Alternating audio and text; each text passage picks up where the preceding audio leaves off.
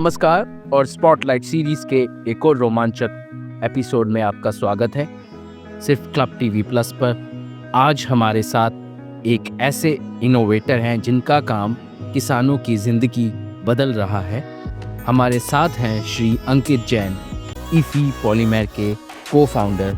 उनकी कंपनी ने एक क्रांतिकारी समाधान विकसित किया है जो सतत कृषि को बढ़ावा देता है, प्रकृति संसाधनों को बचाता है और किसानों को बेहतर पैदावार हासिल करने में मदद करता है। आइए जानते हैं उनकी यात्रा, उनके सामने आई चुनौतियों और उनके काम के प्रभाव के बारे में। अंकित जी, अब बात आपको सौंपते हैं। कृपया अपना परिचय दें और ईएफ पॉलीमर के बारे में अधिक बताएं। हेलो एवरीवन, सभी को नमस्ते। My name is Ankit Jain and हम लोगों ने जो है वो एक छोटी सी कंपनी हम लोगों ने बना रखी है, जिसमें हम लोगों ने एक छोटा सा एक मिशन हम लोगों ने बनाया है कि किस तरीके से हम कम पानी में और कम फर्टिलाइज़र्स में किसानों की बचत करते हुए कैसे हम ज़्यादा से ज़्यादा पैदावार कर सकते हैं। तो इसी मिशन को आगे लेके हम लोग बढ़ रहे हैं। हमने हमारी जर्नी जो है वो 2016 में स्टार्ट करी थी, जब हम लोग जो है वो एक स्कूल के स्टूडेंट हुआ करते थे। उसके बाद में ग्रेजुअली हम लोगों ने देखा कि हम राजस्थान के बहुत छोटे से गांव से हैं। तो राजस्थान जो है वो बहुत बड़ा वाटर स्कैरसिटी एरिया है, वहाँ पे पानी की बहुत ज़्यादा कमी है और पानी की कमी होने की वजह से जो है वो वहाँ पे जो है वो कई बार किसान जो है वो खेती नहीं कर पाते। अगर खेती भी कर पाते हैं तो सिर्फ आधे पार्ट में वो लोग खेती कर पाते हैं। इस वजह से किसानों को बहुत ज़्यादा नुकसान होता है। तो हम लोगों को डिसाइड किया कि हमने इस प्रॉब्लम को हमारे को सॉल्व करना चाहिए, जिससे कि किसानों को हम लोग कर सकें। और फिर हम लोगों ने 5-6 साल रिसर्च करी। सबसे पहले हम एग्रीकल्चर यूनिवर्सिटी में एग्रीकल्चर के स्टूडेंट थे, तो सबसे पहले हमारे को यूनिवर्सिटी से सपोर्ट मिला। हमने वहाँ पे इनिशियली प्रोटोटाइप वगैरह डेवलप किया। उसके बाद में हमने देखा कि इंडिया में कई बार जो है वो एज़ अ नॉर्मल स्टूडेंट आपको बहुत सारी लैबोरेटरी और इस तरीके की चीज़ों का एक्सेस नहीं होता है। बट जो कुछ अच्छे कंट्री है, डेवलप कंट्री है, वहाँ पे इन सारी चीज़ों का आप इज़िली एक्सेस कर सकते हो। तो हमने कॉलेज में बैठे-बैठे डिसाइड किया इस तरीके के प्रोग्राम और इन तरह की चीज़ों के बारे में हम सर्च किया कर सकते थे। इत्तेफ़ाक से एक प्रोग्राम हुआ करता था, लीडरशिप इनोवेशन फेलोशिप, जो कि यूके गवर्नमेंट की तरफ से कॉमनवेल्थ कंट्रीज़ के लिए चलाया जाता था। तो उसमें हमारे को हमारी बात रखने का मौका जो है वो लंदन में मिला। हम लोग यूके में रहे, वहाँ पे हम लोगों ने काफ़ी सारी अलग-अलग तरह की लर्निंग करी। वहाँ पे हमारे एक वन ऑफ द मेंटर हुआ करते थे, प्रोफेसर रॉबिन, जो कि ऑक्सफोर्ड यूनिवर्सिटी में जो है वो कार्यरत थे। उन्होंने भी हमारे को बहुत हेल्प करी। उन्होंने हमारे को मेंटरशिप किया कि तुम्हारे को आगे किस तरीके से क्या कर सकते हैं। उसके कुछ समय बाद हम लोग इंडिया में आए। फिर वापस से हमने अपने फील्ड के एक्सपेरिमेंट किए कि जो बात हम कह रहे हैं कि हम कम पानी में पैदावार करेंगे, तो क्या सही में हमारे प्रोडक्ट से किसानों का पानी बच रहा है और कम पानी में खेती कर पा रहा है। तो अलग-अलग लेवल के ट्रायल्स जो है वो, क्योंकि जिस यूनिवर्सिटी में हम पढ़ते थे वो काफ़ी अच्छा उसका इंफ्रा था एग्रीकल्चर के लिए, स्पेशली जो है वो ट्रायल्स के लिए किसानों के साथ में, तो वो काफ़ी अच्छे रहे। फिर हमने देखा कि हम जिस साइंस पे काम कर रहे हैं वो एक पॉलीमर साइंस है।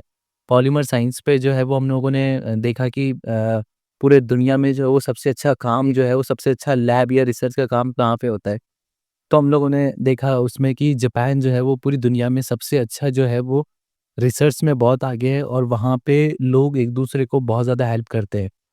तो फिर उसके बाद में हम लोगों ने सर्च करना चालू किया कि हमारे को जापान जाना है, तो हम देखते हैं कि क्या हम लोग कर सकते हैं। तो उसमें हमने देखा कि जापान की एक यूनिवर्सिटी है, ओकिनावा करके, वहाँ पे एक राज्य है, वहाँ पे यूनिवर्सिटी है Okinawa institute of science and technology, जो कि उनका एक एक्सेलरेटर प्रोग्राम था। उसके अंदर वो पूरे वर्ल्ड से 1 या 2 स्टार्टअप को वो लोग सेलेक्ट करते थे और उनको सेलेक्ट करने के बाद में वो उनका वहाँ उनकी जो होम कंट्री है, वहाँ से आना-जाना, रहना, खाना-पीना सब कुछ उनकी तरफ से था। आपको जस्ट वहाँ जाना है और रिसर्च पे फ़ोकस करना है। जब हम लोगों ने ओकिनावा यूनिवर्सिटी का जो है वो हम लोगों ने देखा, उनके बारे में जो है वो रिसर्च वगैरह किया, तो वहाँ के लोगों को नोबेल प्राइज़ तक मिला हुआ है। तो हम लोगों ने देखा कि हमारे को डेफ़िनेटली वहाँ पे जाना चाहिए। हम वहाँ पे गए, हमारा जो प्रोडक्ट का और एडवांस वर्ज़न था, जो पॉलीमर साइंस पे हमें काम करना चाहिए था, उस पे हम लोगों ने काफ़ी अग्रेसिवली रह के वहाँ के प्रोफ़ेसर, साइंटिस्ट के साथ में काम किया ओकिनावा जो राज्य था उसके पास में रिको एग्रीकल्चर यूनिवर्सिटी थी, वहाँ पे हमने प्रोफ़ेसर अमजाद के साथ में काम किया। उनके साथ में हम लोगों ने बहुत सारी लर्निंग और उस तरीके का वो रखा और फाइनली जो है वो हमने हमारा एक प्रोडक्ट वगैरह लॉन्च किया।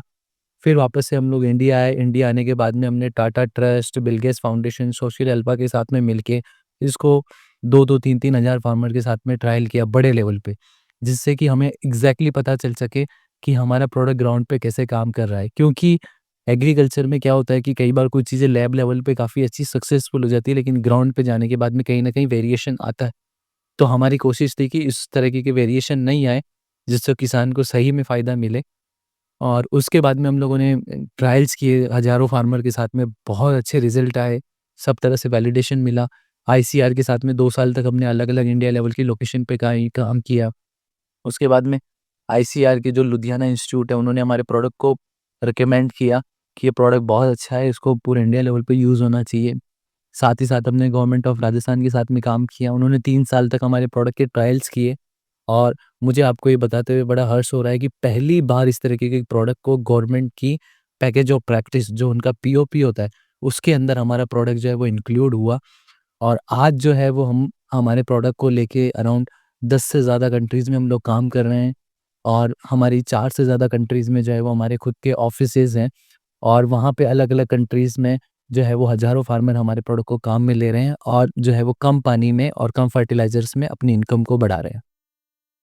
अंकित, मैं आपसे एक सवाल पूछना चाहूँगा, जब आप ये प्रैक्टिस कर रहे थे तो क्या चैलेंजेस आपको फेस किए और किस तरीके की बाधाएँ आपके रास्ते में आई? आप थोड़ा उस पर रोशनी डालेंगे? हमने जब हमारी जर्नी जब स्टार्ट करी तो हम लोग ना काफ़ी यंग एज में 16-17 इयर्स की एज में हम लोगों ने इनिशियली काम करना स्टार्ट कर दिया था। तो नॉर्मली हमारा इंडियन माइंडसेट क्या होता है कि जो ये वाला जो 16-17 या 18 इयर्स का एज होता है, इसमें आप घूमो-फिरो, मज़े करो, इस तरीके से जो है वो इतना आपको नहीं सोचना है कि इस तरीके वो करना है। लेकिन हमने देखा कि हमारे को कुछ ना कुछ जो नॉर्मली लोग कर रहे हैं वैसा हमें नहीं करना है, हमें कुछ समथिंग हट के करना है।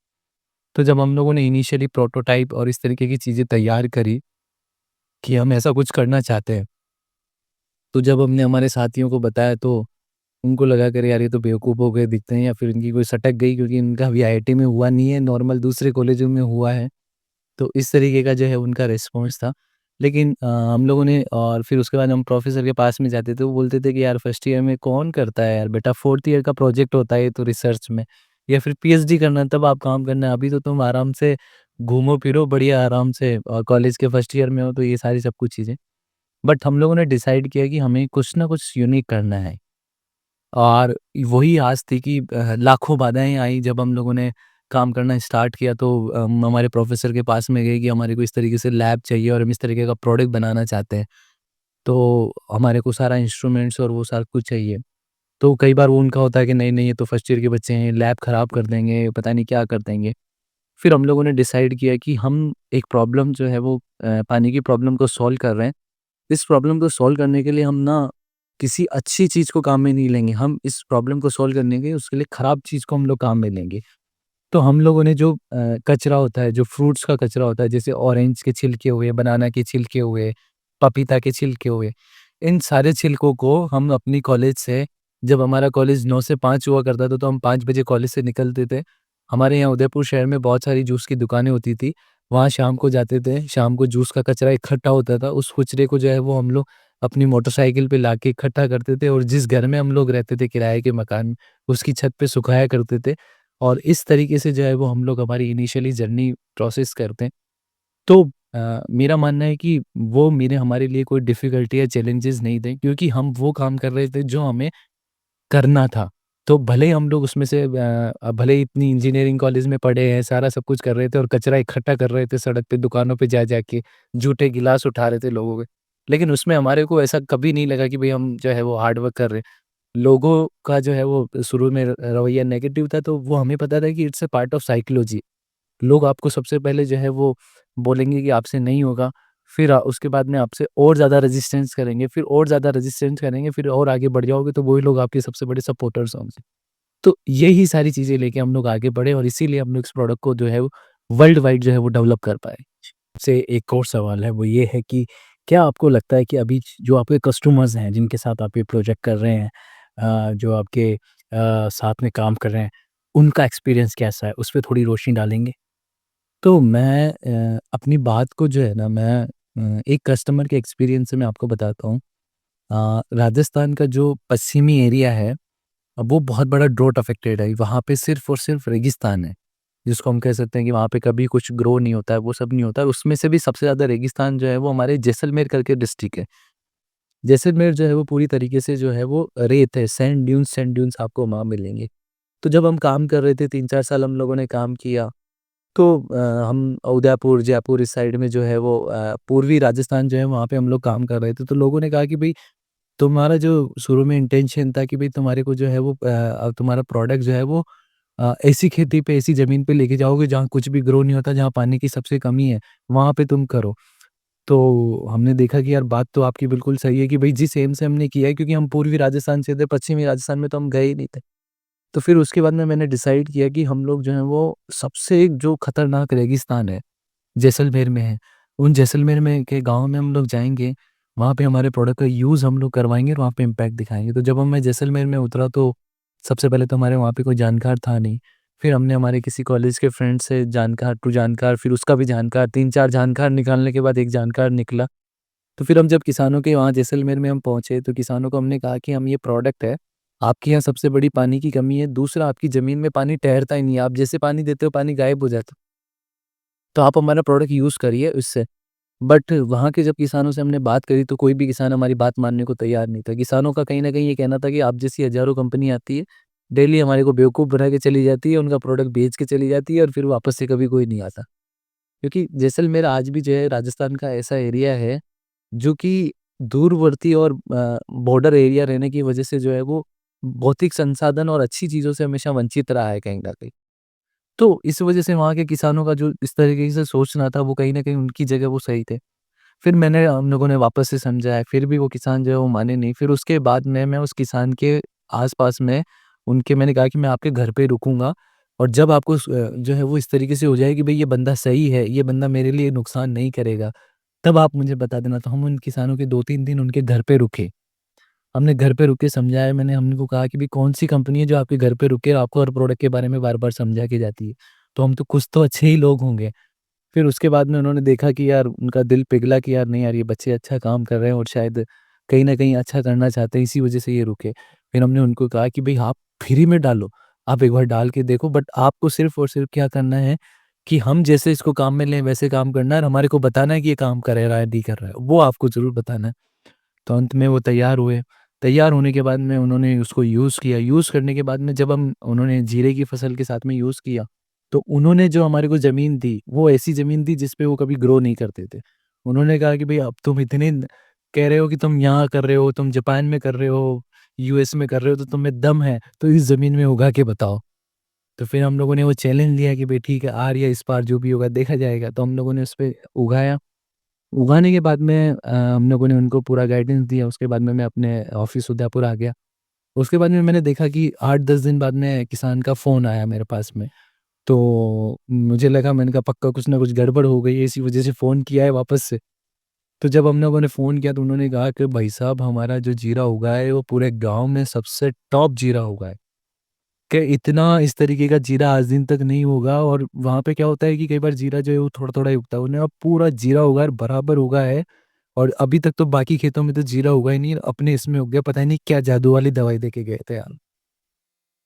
तो इस तरीके का वो एक्सपीरियंस रहा। फिर हमने कहा कि नहीं अभी आप वेट करो, अभी बाकी आगे भी देखना कि पानी बचता है या क्या होता है।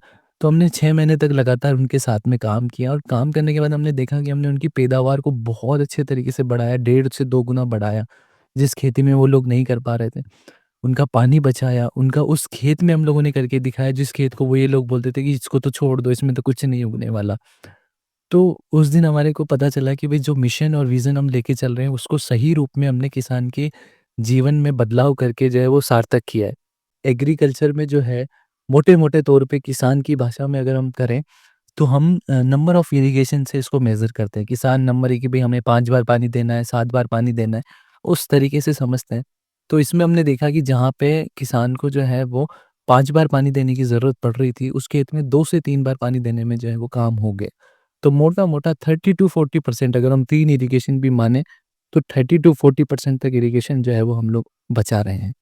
सोलर पंप यूज़ करते हैं इरिगेशन के लिए, या वहाँ पे कुछ एनर्जी बचाने के लिए कोई ऐसा पंप यूज़ करते हैं जिससे कि कम इलेक्ट्रिसिटी कंज्यूम हो?